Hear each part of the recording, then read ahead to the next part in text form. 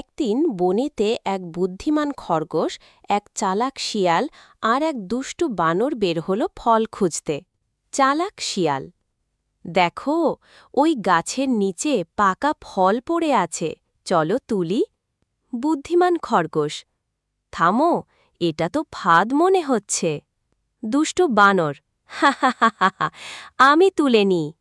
ছাপাত, ফাঁদে পা আটকে যায়। দুষ্টু বানর চিৎকার করে: ও মা, আমি আটকে গেলাম। চালাক শিয়াল: হা হা হা হা হা, এবার সব ফল আমার। বুদ্ধিমান খরগোশ: বাঘ আসছে, সাবধান। চালাক শিয়াল ভয়ে: বাঘ, বাঁচাও। ছাপাত, নদীতে পড়ে যায়। বর্ণনাকারী: বুদ্ধি আর সতর্কতাই আসল শক্তি। বাণী: